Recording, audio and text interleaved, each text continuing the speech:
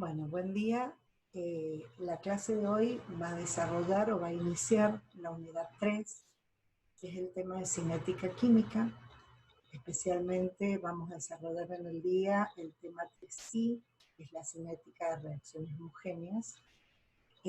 Usaremos como bibliografía principal Atkins en su capítulo 22 y fundamentalmente Levenspiel, Ingeniería de las Reacciones Químicas, en sus capítulos 1, 2 y 3, donde están, digamos, el enfoque que queremos dar a este tema en la materia. Los temas que vamos a desarrollar para esta clase van a ser fundamentalmente la clasificación de reacciones químicas y específicamente la cinética de las reacciones homogéneas, ya que las heterogéneas van a ser motivo de estudio en un tema posterior. Vamos a ver cuáles son las variables que afectan la velocidad, la definición de velocidad, el factor dependiente de la concentración en la velocidad, tipos de reacciones simples, múltiples, elementales, no elementales. Y vamos a también abordar desde el punto de vista del equilibrio a esas reacciones elementales y no elementales.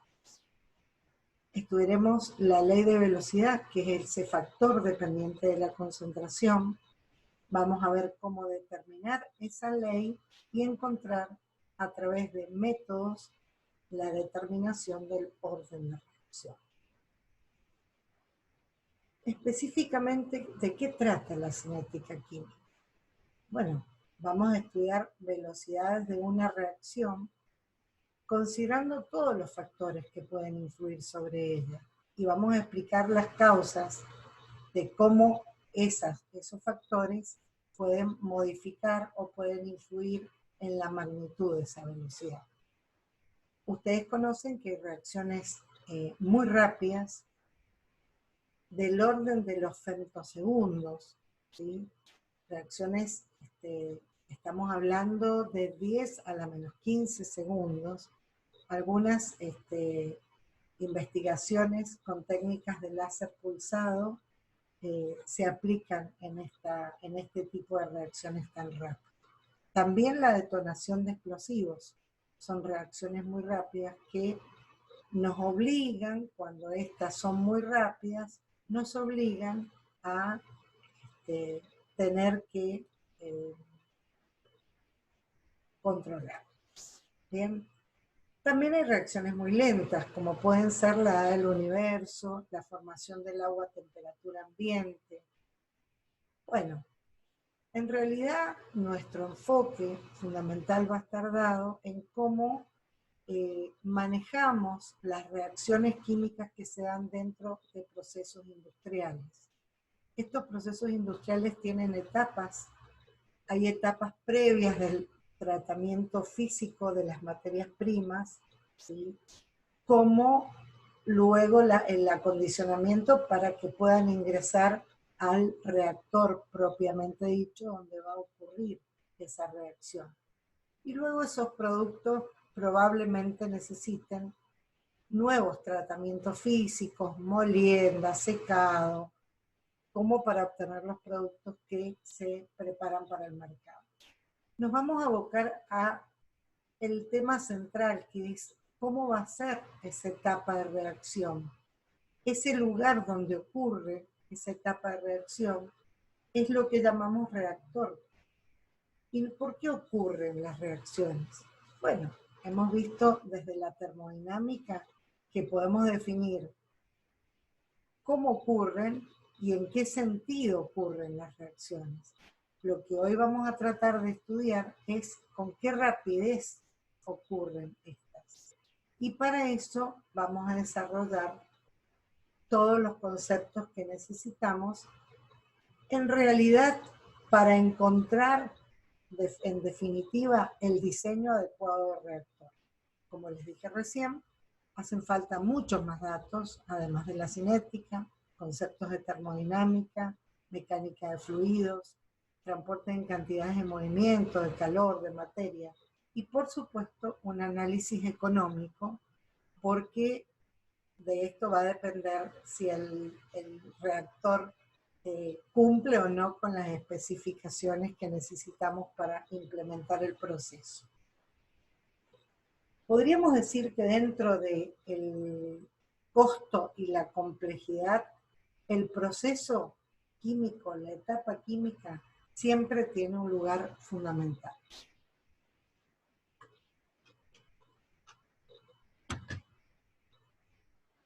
Entonces, hablando de que estudia la cinética química, vamos a ver las reacciones químicas conocidas, con su estequiometría, con los tipos de reacciones colaterales, tipos y mecanismos, cambios físicos y energéticos. En la velocidad de la reacción, nosotros podemos determinar también cantidades de reactivos y productos que se consumen y aparecen. Y también vamos a analizar los factores que influyen en ella. La temperatura, la presión, u otros importantes como son los catalizadores. En definitiva, experimentalmente vamos a buscar una expresión que permita determinar la velocidad en esas condiciones que hemos planteado. Esa expresión o esa ecuación matemática que me responde a lo que está ocurriendo en esa reacción es lo que vamos a llamar ley cinética o ley de velocidad. Y teóricamente también podemos comprender a nivel molecular lo que está ocurriendo. Y para esto nos vamos a detener en menor grado, porque es digamos, de estudios de más complejidad, el tema de los mecanismos de reacción.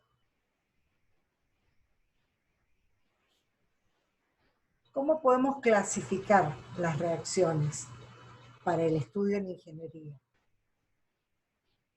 Los sistemas pueden ser homogéneos y heterogéneos. No hay límites muy definidos en esto. En general, para reacciones homogéneas, vamos a abordar aquellas que son de tipo biológico. La mayoría de las reacciones en sistemas biológicos con sustratos y enzimas son reacciones de sistemas homogéneos, donde las enzimas son los catalizadores biológicos conocidos como macromoléculas o con las características de macromoléculas desde la química orgánica. Y también podemos analizar sistemas de combustiones muy rápidas de gases, donde vamos a poder medir la variación de la composición y de la temperatura, y en el caso de los gases también podríamos medir la variación de la presión. Esas variables que vamos a analizar, presión, temperatura, composición, presencia del catalizador, nos van a decir las características o nos van a indicar las características del estudio que vamos a hacer. Específicamente en este tema vamos a abordar el factor composición, el factor concentración.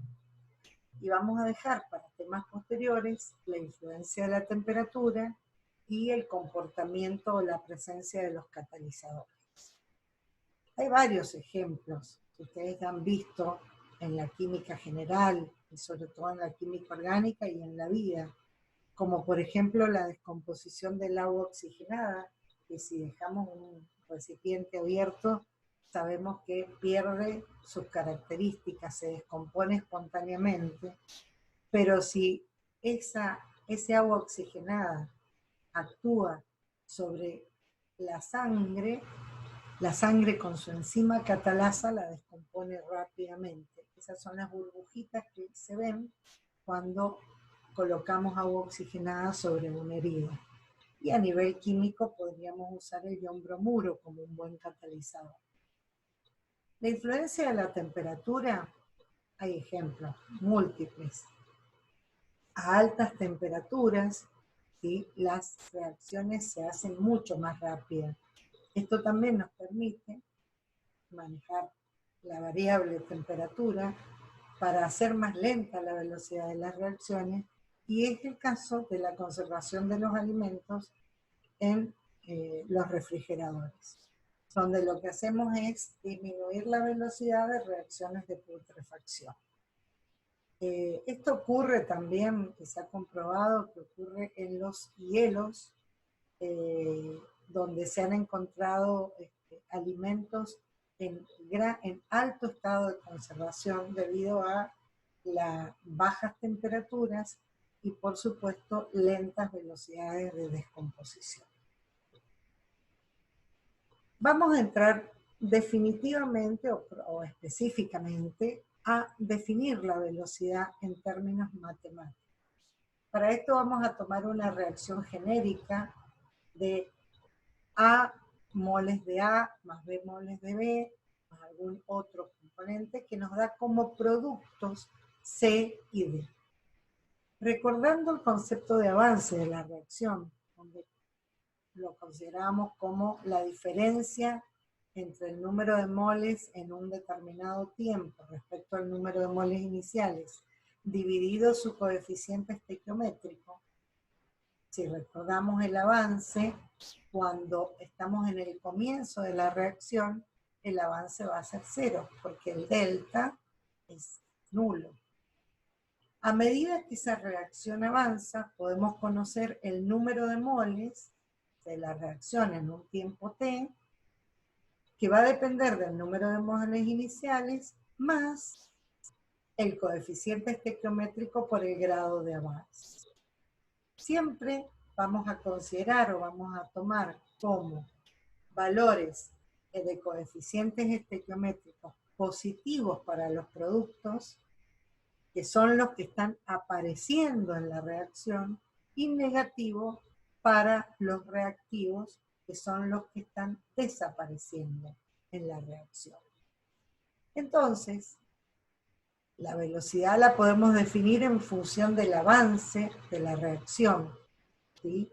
La podemos ver como derivada del avance con respecto al tiempo, o también la podemos definir como la variación del número de moles con respecto al tiempo. Como conocemos la relación del número de moles en un determinado tiempo en función del número de moles iniciales y la velocidad, el avance por su coeficiente estequiométrico, podemos plantear esta igualdad, ¿sí?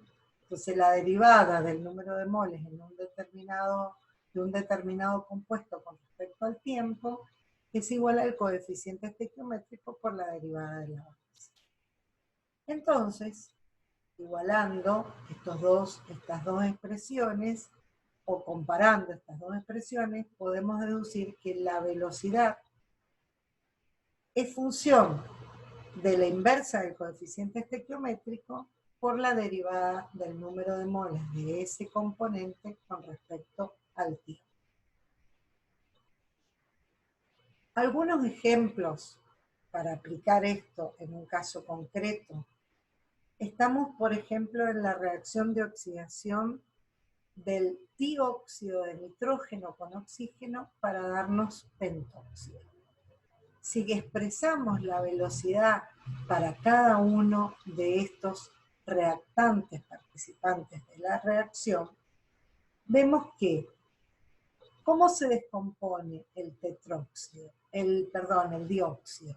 Y bueno, la derivada del dióxido con respecto al tiempo, como es de descomposición, la consideramos negativa, y la relación estequiométrica va a ser de 1/4. Esa velocidad va a ser igual, en ese mismo lapso de tiempo, a cuando se descompone un mol, ¿sí?, del oxígeno molecular. Entonces va a ser igual a menos la derivada del número de moles de oxígeno con respecto al tiempo. Y en la aparición de los productos va a ser positiva la velocidad con que aparece el pentóxido de dinitrógeno, pero va a depender de su coeficiente estequiométrico. Como verán, ¿sí?, lo que hemos planteado acá es que el cambio de reactantes respecto del tiempo es negativo. pero entonces la velocidad nos va a quedar positiva. Para hacerla intensiva, en el caso de sistemas homogéneos es muy importante trabajar con esta función como una variable intensiva, la dividimos por el volumen.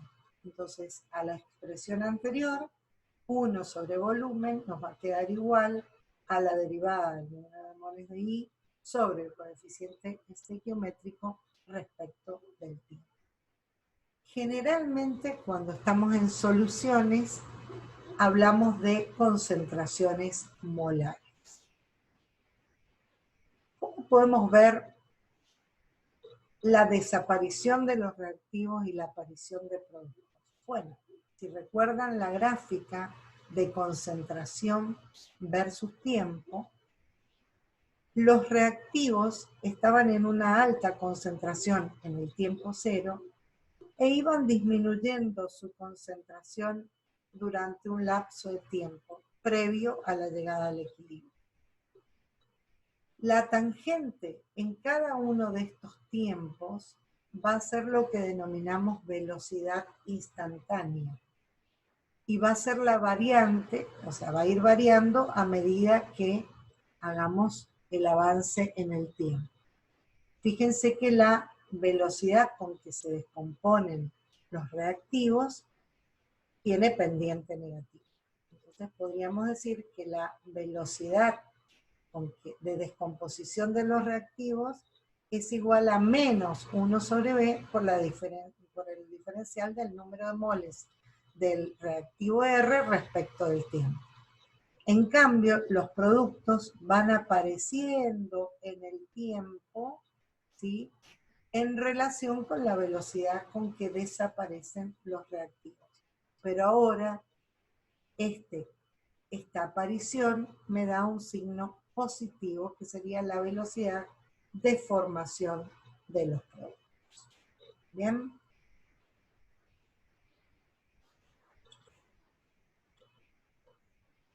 Queremos clasificar nuestras reacciones. Para eso vamos a analizar los tipos de reacciones que se van a presentar. Podemos tener reacciones simples, aquellas en donde solamente hay una ecuación estequiométrica. Esto quiere decir que no tiene pasos nuestra reacción. Y a esa ecuación estequiométrica responde una sola ecuación cinética. En cambio, cuando nosotros tenemos reacciones en etapas o reacciones con procesos más complejos, hablamos de reacciones múltiples, donde vamos a tener más de una reacción estequiométrica y la cinética va a tener una complejidad diferente. Estas pueden ser reacciones de tipo competitivo. Ustedes han visto que un compuesto se isomerice y me dé isómeros diferentes. Cuando trabajamos con reacciones con el benceno, como es el caso de la nitración del bromobenceno o la cloración del benceno, aparecen reacciones competitivas y aparecen productos diferentes. O también reacciones en serie, ¿sí? La más conocida, y la estudiamos generalmente en la química, es la combustión incompleta, combustión completa. Pero también hay reacciones de mayor complejidad que han visto en orgánica, como pueden ser reacciones donde se formen distintos compuestos intermedios. El caso del óxido de etileno con amoníaco, para formarnos la mono, la di y la trietanolamina, es un caso típico de una reacción en serie. ¿Cuándo hablamos de reacciones elementales? Bueno, para tener una reacción elemental tenemos que tener una reacción, sea simple, o sea que tenga un paso estequiométrico, hay una sola reacción estequiométrica, y su ecuación cinética, ¿sí?, se corresponda con esta reacción estequiométrica. ¿Qué significa que se corresponda? Significa que para este caso en particular, donde el número de colisiones de los reactivos, ¿sí? Acá una molécula de A está interaccionando con una molécula de B. El número de colisiones va a ser proporcional a la velocidad de la reacción y va a depender específicamente de la concentración de esos reactantes. Entonces, en la ecuación cinética me va a aparecer un término que ya lo vamos a estudiar, que depende de la temperatura, y los dos reactivos elevados a un coeficiente. Bien, en este caso, esta ecuación cinética se corresponde con la estequiométrica porque coinciden los coeficientes estequiométricos con los órdenes o con los exponentes que tiene cada uno de los reactivos en la ecuación. Esa es la definición de reacción o las condiciones para tener una reacción elemental. Acá tenemos un típico caso de reacción no elemental, ¿sí? La formación del bromuro de hidrógeno. Fíjense esa ecuación de velocidad. Observamos que tiene más de una constante. ¿Y qué más observamos? Observamos que en el numerador aparece el compuesto bromo elevado a la 1/2, pero también en el denominador aparece el producto. Evidentemente este es un caso de no correspondencia entre la ecuación estequiométrica y la ecuación cinética. ¿Sí?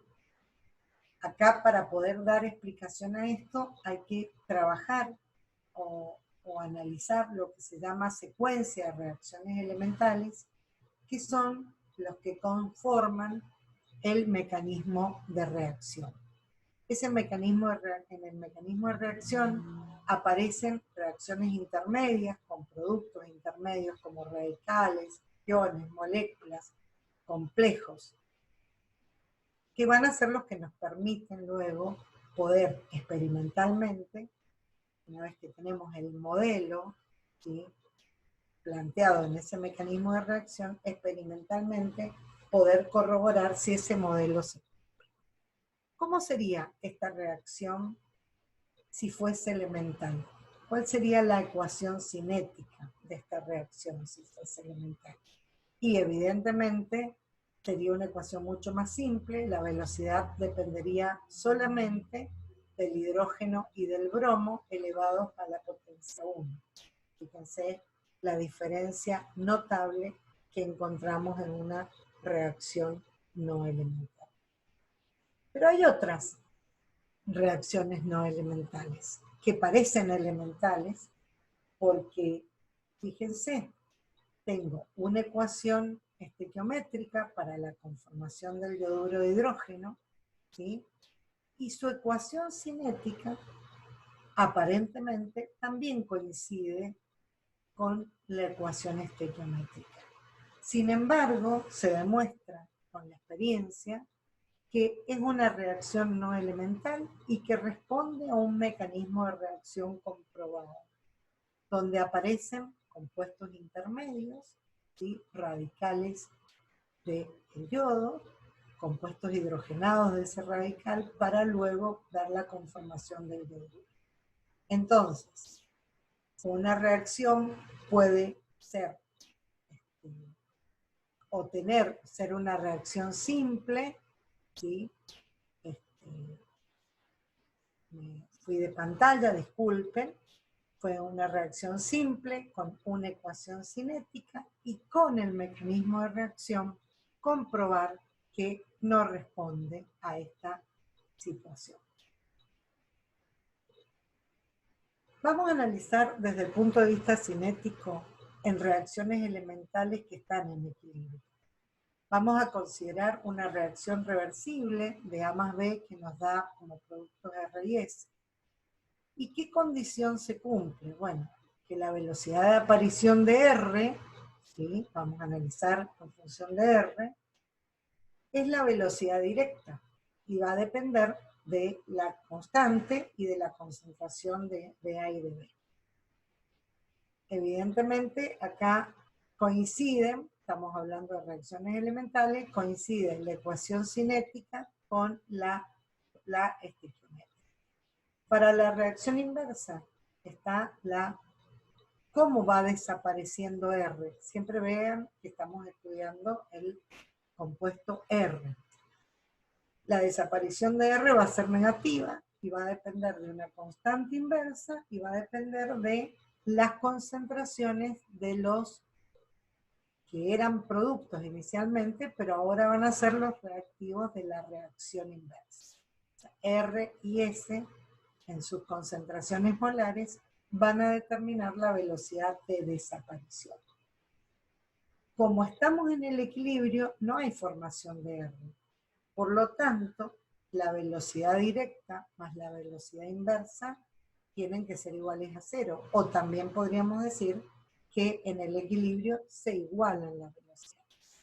Si se igualan las velocidades, entonces igualamos, ¿sí?, las dos ecuaciones que habíamos encontrado para la directa y para la inversa, siempre con sentido o con signo positivo, y de ahí encontramos que la relación de concentraciones de los productos elevados a sus coeficientes, que antes eran los órdenes de reacción, dividida la concentración de los reactivos, nos da una relación que es la relación de la constante de equilibrio.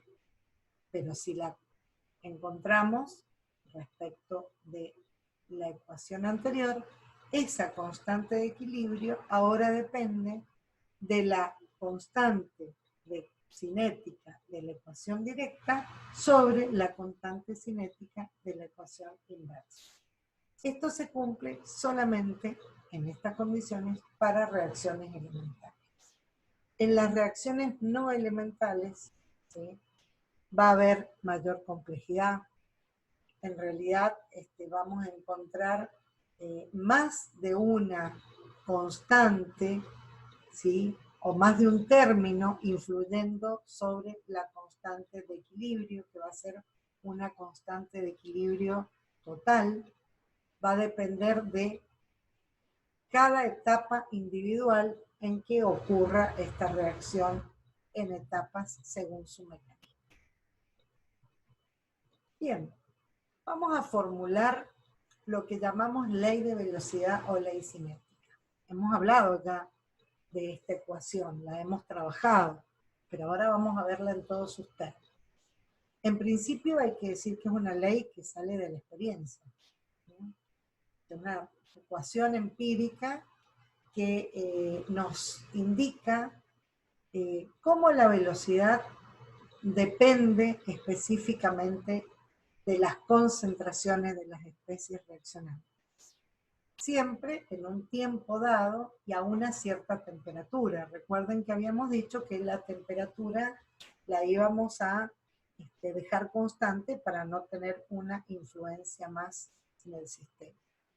Entonces, volvemos a la reacción genérica y podemos decir que la ley de velocidad R es igual a una constante, es la constante de velocidad dependiente de la temperatura, por la concentración del reactivo A elevado a un coeficiente, alfa, y por la concentración del reactivo B elevado a su coeficiente. Alfa y beta son los que llamamos órdenes de reacción. O sea, son las potencias a las que está elevada cada concentración. ¿Qué nos está diciendo ese orden? Nos está diciendo, en definitiva, cómo influye en la velocidad cada una de las concentraciones de los reactivos. ¿Sí? Entonces, para analizar la velocidad global, necesitamos conocer estos órdenes de reacción que llamamos órdenes parciales. Y la suma de esos órdenes parciales nos van a dar el orden global de la reacción. Algunos comentarios sobre esta ecuación de velocidad, algunas consideraciones. En principio, que la constante no depende de la composición, solamente depende de la temperatura, o específicamente depende de la temperatura. No vamos ahora a analizar de todo lo que depende, pero sí vamos a decir que tiene una fuerte impronta en la velocidad de reacción. Esa constante y su valor nos va a determinar si nuestra reacción es muy rápida o es muy lenta. También podemos considerar que cuando tenemos sistemas gaseosos, la expresión puede darse en función de las presiones parciales y no de las concentraciones molares. ¿Qué son A, B, F? Cualquier reactivo, producto o cualquier otra sustancia o especie que esté estable durante el proceso de reacción. Y alfa, beta, etcétera, son los órdenes, que eran los exponentes a lo que estaban elevadas esas concentraciones en la ecuación cinética. Esos órdenes no necesariamente son iguales, pueden ser enteros o fraccionarios, y en general pueden coincidir con los coeficientes estequiométricos cuando estamos en el estudio de reacciones elementales. Ahora, cuando no coinciden con los coeficientes estequiométricos, claramente encontramos el caso o demostramos que nuestras expresiones o ecuaciones no son elementales.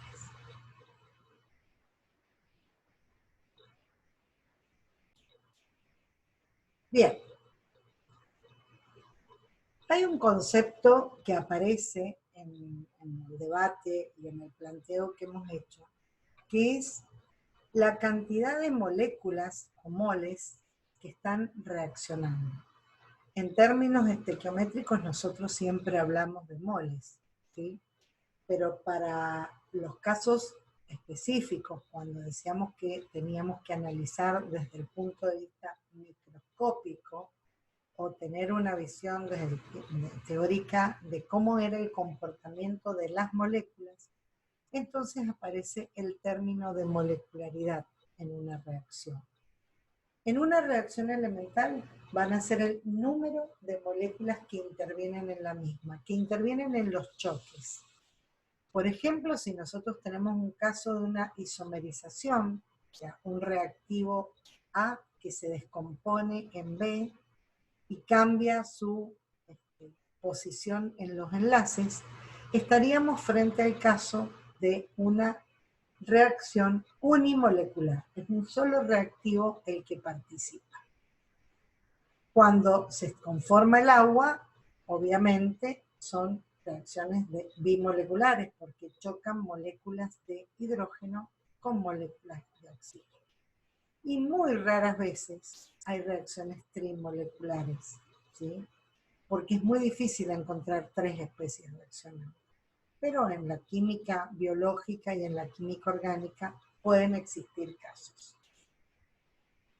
A diferencia de la molecularidad, entendemos el orden, para no confundir. El orden no tiene nada que ver conceptualmente con la molecularidad, aunque pueden ser similares sus números, sino que van a ser los exponentes, dijimos, a lo que estaba elevada cada concentración en la ecuación cinética.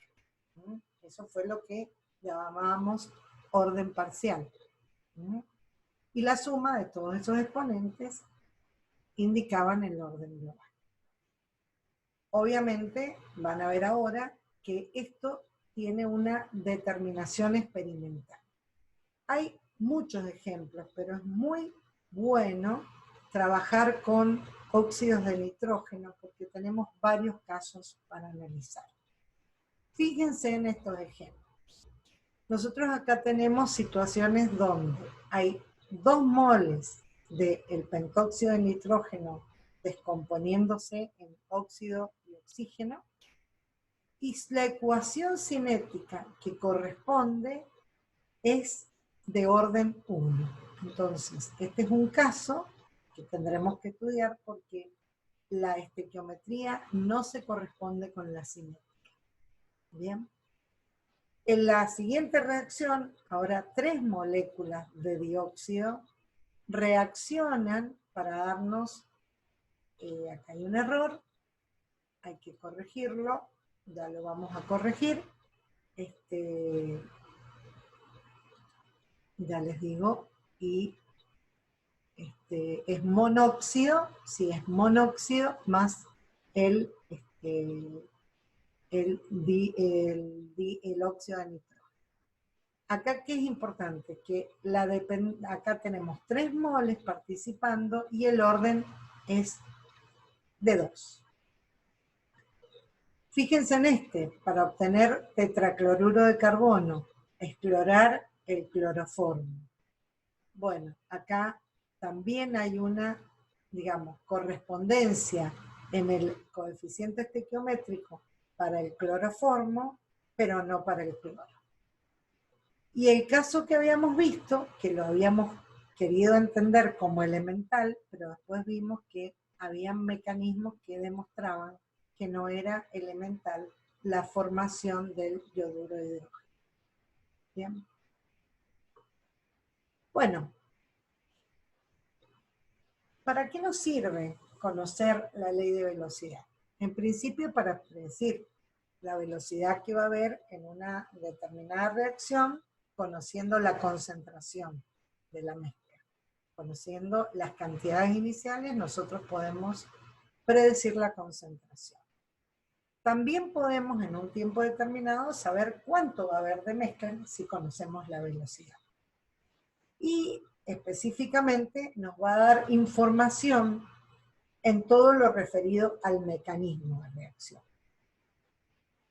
En los dos primeros, las dos primeras definiciones de cantidad, digamos, a partir de una concentración de mezcla, encontrar la velocidad, o conociendo la velocidad en un tiempo determinado, saber cuál va a ser la composición de la mezcla a ese tiempo, vamos a tener que aplicar técnicas experimentales. ¿En qué consisten estas técnicas experimentales?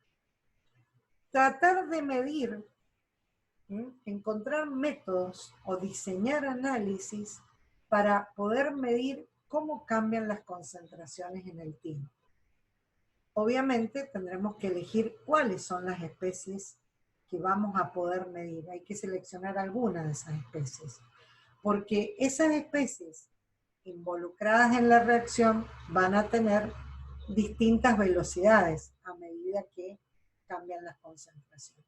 Generalmente se elige una de las especies para ver su evolución, y como hay una reacción química que las relaciona estequiométricamente, que ahí nos permite encontrar cómo es el comportamiento de las otras en relación con ellas.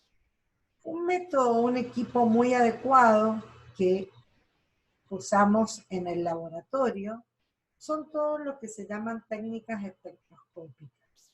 Las técnicas espectroscópicas nos permiten sobre una muestra hacer pasar un haz de luz, ¿sí?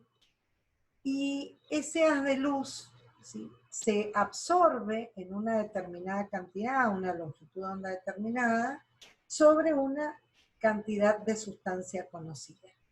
En función de lo que se absorbe, una parte se absorbe y puedo medir la parte que pasa, o que se continúa, digamos, el recorrido, que no es absorbida por la sustancia, y entonces yo puedo medir a partir de la cantidad emitida y la cantidad transmitida la concentración y las características del reactivo que está evolucionando.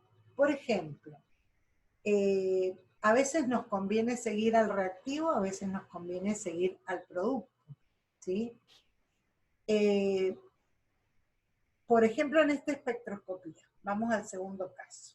¿Qué es lo que me resulta más sencillo seguir? Y la aparición del yodo, porque tiene color violeta, va a absorber en esa luz visible y puedo trabajar y medir la concentración aplicando la ley de Beer, que también va a ser un tema de estudio en la unidad 4, donde vamos a ver que la absorción de luz es proporcional a la concentración de ese reactivo. Entonces podemos ir viendo cómo aparece el yodo.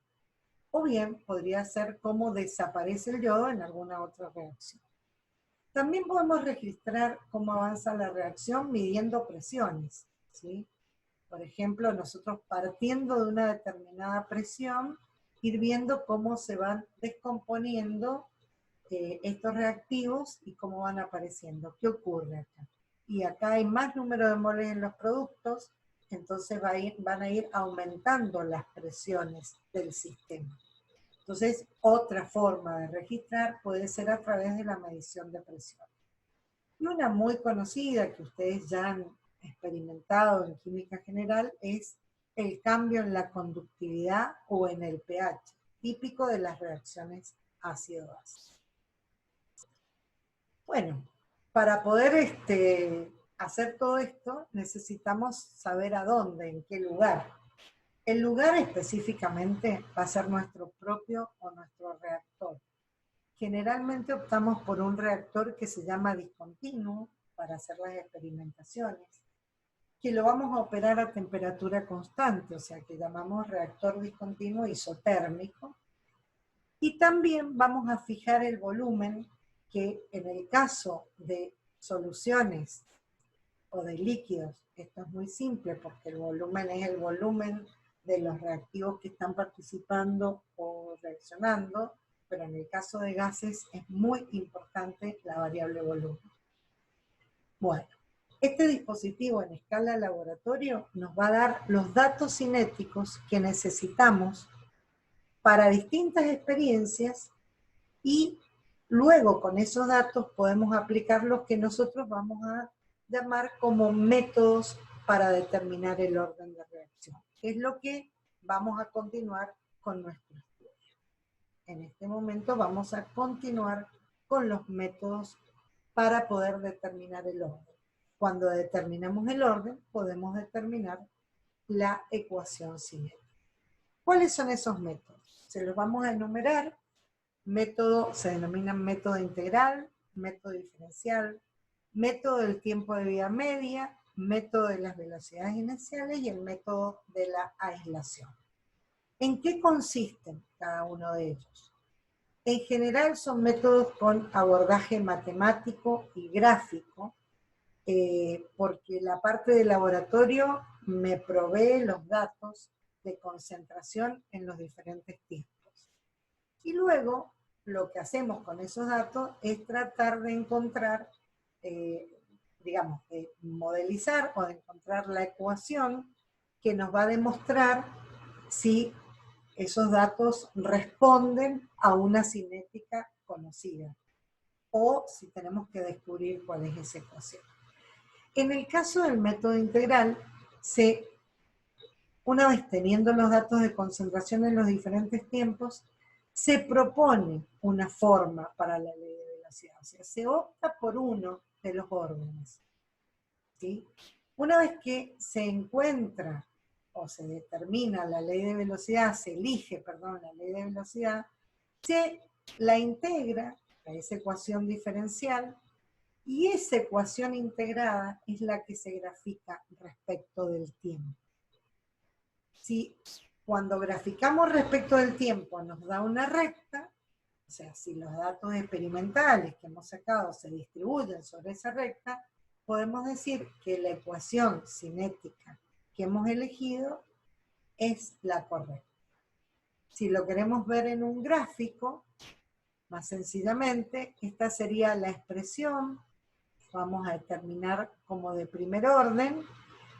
Si integramos esta expresión, la fijamos como de primer orden y la integramos, nos va a quedar una expresión que va a ser la integral de la derivada de C con respecto al tiempo, perdón, a la concentración, como función del tiempo. Reordenamos esta expresión y la integramos para que nos quede función del tiempo. Entonces, ahora, ¿qué vamos a graficar? Vamos a graficar los valores de la integral respecto del tiempo. Si los puntos que nos dieron los puntos que obtenemos a partir de los datos conocidos, una vez que hemos reemplazado e integrado, se distribuyen cercanos a una recta, podemos decir que el orden seleccionado es correcto. Y si no, tendremos que probar con otro orden para poder encontrar la ecuación correcta. Vamos a ver un caso. Lo vamos a aplicar a una expresión o una reacción de primer orden. Fíjense, en la expresión de primer orden adoptamos que la derivada de la concentración de A respecto del tiempo es igual acá por la concentración del A a la O. Si la integramos, la integral de esta diferencial de A respecto del tiempo nos va a dar el logaritmo de A con respecto a la concentración inicial, porque estamos integrando entre el tiempo inicial y el tiempo t. Y esta, el menos logaritmo, nos va a mostrar que es igual a k por t. ¿Sí? O sea, en realidad lo que estamos haciendo es integrando la concentración desde la concentración inicial hasta una concentración en el tiempo. Veámoslo con un ejemplo que está en la guía, que es el que vamos a desarrollar, pero después van a tener muchos más para aplicar con este método y con otros. En la descomposición térmica del nitrilo orgánico. Hay datos, tengo tiempos en segundos y tengo concentraciones, ¿sí? Para cada tiempo inicial y a medida que va evolucionando hasta el infinito. ¿Quién nos propone la aplicación de este método integral? Determinar el orden de reacción y la constante de velocidad. Entonces dijimos, procedimiento. Se propone un orden, se escribe la ley de velocidad integrada, se grafica la ley de velocidad integrada en función del tiempo y nos debe dar una pendiente y nos debe dar una recta cuya pendiente es la constante.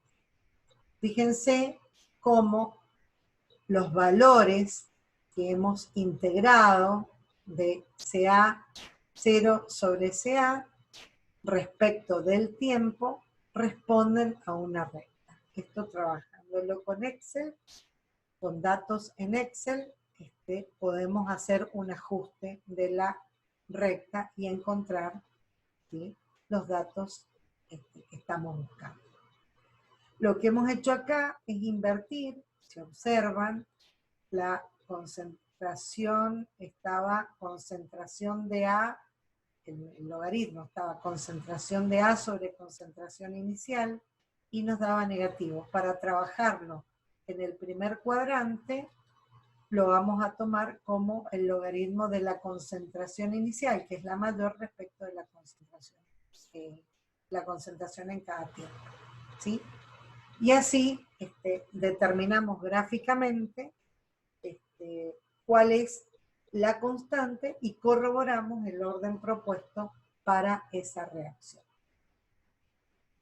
Entonces, lo que hicimos fue proponer que fue de primer orden, se propuso el primer orden, se hizo la ley integrada para ese primer orden, se graficó el logaritmo en función del tiempo, acá está el menos logaritmo, pero en realidad está invertido, ¿sí? El logaritmo de CA0 sobre CA, nos dio una recta, entonces corroboramos que este orden propuesto es el correcto, y la pendiente de la recta, que la sacamos de la gráfica anterior, es la constante de la ley cinética. Entonces podemos decir que nuestra ley de velocidad va a ser igual a esa constante, que es 1 sobre segundo en términos de las unidades para el orden 1,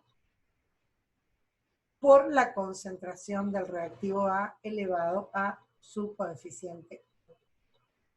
¿Qué pasa en otro tipo de reacciones? Por ejemplo, para un segundo orden. Bueno, volvemos a integrar ahora para orden 2 y encontramos la ecuación integrada. Trabajamos del mismo modo. Vamos a graficar, ¿sí?, en ordenadas la integral y en abscisas el tiempo. Y la pendiente va a ser la constante. Hay un ejercicio propuesto en la guía para que ustedes resuelvan, ¿sí?, que lo vamos a suponer de segundo orden, que es la saponificación del acetato de metilo. donde tienen datos. Y ahí van a tener que determinar el valor de la velocidad específica y demostrar que la reacción es de segundo orden. ¿Qué otro tipo de reacciones hay? Órdenes. Orden cero. ¿Qué significa una reacción de orden cero? Es una reacción donde, evidentemente, la velocidad no va a depender de la concentración de las sustancias reaccionantes, ¿sí? Van a estar determinadas por algún otro factor, ¿sí? Esos factores esto se da bastante en las reacciones heterogéneas, ¿sí? Donde dominan otras cosas y no son la concentración de las sustancias las que influyen. ¿Cómo va a ser la ecuación integrada o cómo vamos a poder deducir si es de orden cero? Bueno, si es de orden cero, la derivada de la concentración va a ser directamente igual a menos la constante en el tiempo. Integramos, nos va a quedar directamente el delta de concentraciones respecto del tiempo, y ahí lo podemos ordenar, ¿sí? De modo de poder graficar y encontrar la constante. O sea que vamos a tener que conocer las concentraciones iniciales, que eran datos, y las concentraciones finales para eso. Esto en general se cumple cuando hay altas concentraciones. Si las concentraciones son muy bajas, generalmente no responden a cinéticas de orden cero. Bien, bueno, hasta ahí llegamos con el método integral. Pasamos ahora al método diferencial. El método diferencial matemáticamente aparece más sencillo, puede ser más sencillo. Lo que tiene es que necesita mucha cantidad de datos experimentales, ¿sí? Una mayor cantidad de datos experimentales para poder demostrar o poder encontrar los resultados para la ley de velocidad. Acá lo que hacemos es trabajar, ¿sí? Primero, bueno, con los datos que hemos traído de la experiencia, que son las concentraciones en el tiempo, planteamos la ley de velocidad, ¿sí? Para cualquier orden, ¿sí? Encontramos que esa derivada de la concentración en el tiempo, ¿sí? Para un intervalo o intervalo de tiempo determinado, delta t, vamos a tomar los delta de concentración entre un y otro dato obtenido, y directamente, aplicando un logaritmo, podemos encontrar claramente en la ordenada, aplicamos el logaritmo de los delta de concentración con respecto al tiempo, y podemos en el segundo término encontrar el logaritmo de la constante más el alfa, que es nuestro orden de reacción, por el logaritmo de la concentración promedio. Entonces, vamos haciéndolo para cada delta de tiempo y vamos armando la gráfica con estos datos. Aplicándolo vamos a encontrar, entonces, en ordenada, ¿sí? Aplicamos entonces, o tenemos el logaritmo de la variación de los delta de concentración en el tiempo. Vamos a encontrar en la ordenada al origen, ¿sí? El logaritmo de k, por lo tanto conocemos k, podemos conocer k con el antilogaritmo, y luego la pendiente, ¿sí? de la recta que se forme va a ser el A. Bien. En el método anterior van a ver una gran cantidad de ejercicios que los vamos a desarrollar en la guía y los vamos a trabajar con ustedes en los foros. De mucha aplicación. Realmente el método diferencial es de amplia aplicación. Vamos a pasar ahora a lo que llamamos método del periodo medio. Para esto hay que saber qué significa periodo medio. El periodo medio es el tiempo en que una reacción, en el tiempo en que una reacción descompone su concentración inicial a la mitad. Si yo mido la concentración en un determinado tiempo, tengo la mitad de la concentración inicial, estamos evaluando el tiempo medio, o tiempo de vida media se dice también.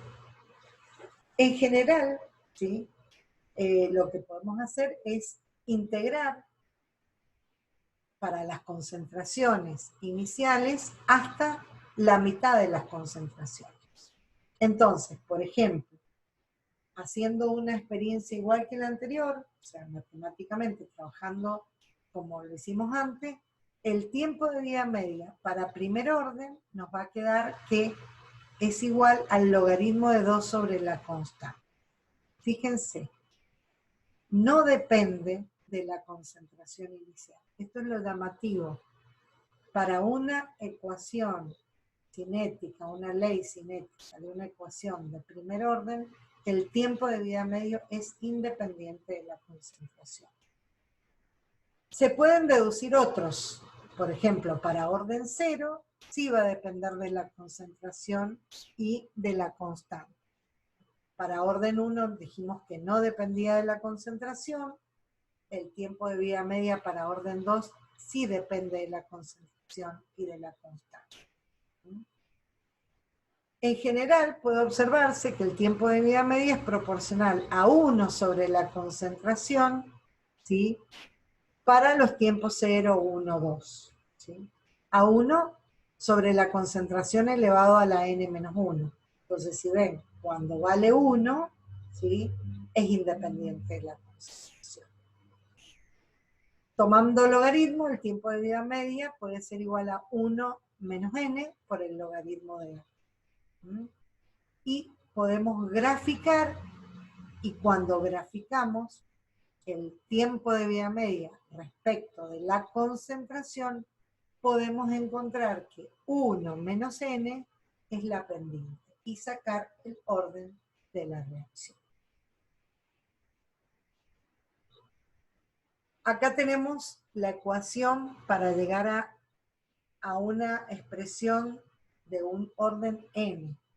Fíjense que se complica un poquito la matemática, pero lo que hacemos es derivarse con respecto al tiempo, siempre tomando el tiempo de vida media, ¿sí? Y ahora lo igualamos acá por c a la n, ¿sí? Entonces, ¿qué hacemos? El delta va a ser el delta del tiempo, la concentración en un tiempo t, menos, en un tiempo t medio, menos la concentración igual, en el tiempo 0. Y eso va a ser igual acá por n-1, ¿sí? Por el tiempo. Si despejamos de ahí el tiempo de vida media, ¿sí? Pues podemos encontrar esta relación. Y lo que hacemos en la expresión inferior es aplicar el logaritmo, ¿sí? El logaritmo del tiempo de vida media, el logaritmo de este término, más 1 menos n por el logaritmo de la concentración inicial.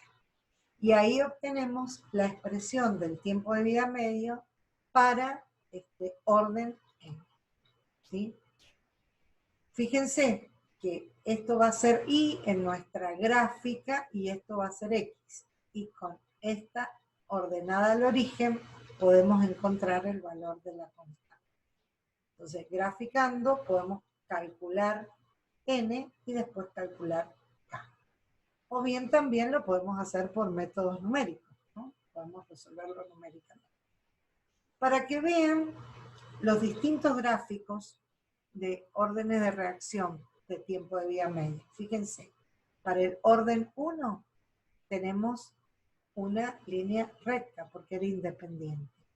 Para órdenes menores que 1 vamos a encontrar pendientes positivas y para órdenes mayores que 1 vamos a encontrar rectas con pendientes negativas, ¿sí?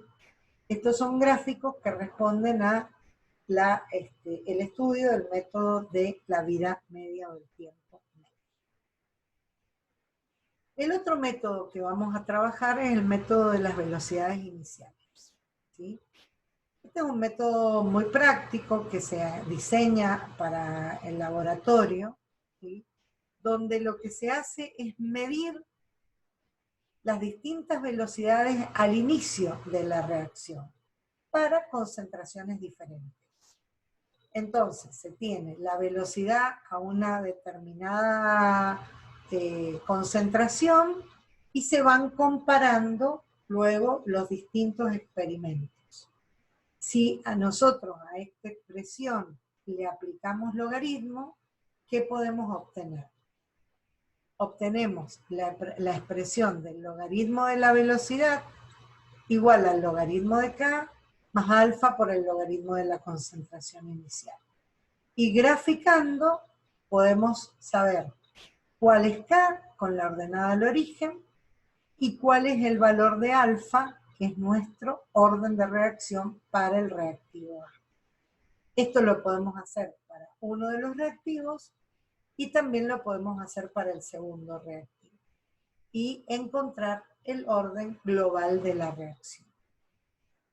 El método de las velocidades iniciales nos permite analizar reactivo por reactivo, ¿sí? Y después encontrar el orden global. Y el último método que vamos a ver es el método del aislamiento, donde aproximadamente hacemos lo mismo desde el punto de vista experimental o hacemos, digamos, trabajamos con un diseño experimental similar al anterior, pero ahora lo que hacemos es plantear que uno de los reactivos esté en exceso, de modo que no nos influya en el proceso de reacción. Entonces, si suponemos al reactivo B en exceso, lo que vamos a hacer ahora es analizar la velocidad de A. Esto en realidad se llama velocidades de pseudo primer orden. En general son velocidades de pseudo primer orden, porque estamos estudiando qué pasa con A, ¿sí? Y luego vamos a ver que esa constante va a depender de, específicamente de lo que le ocurra cuando queremos estudiar B, hacemos lo mismo, dejamos la concentración ahora de A en exceso y estudiamos el orden respecto de B. Se repite el mismo procedimiento que el anterior y calculamos el orden global de la reacción como sumas de órdenes parciales.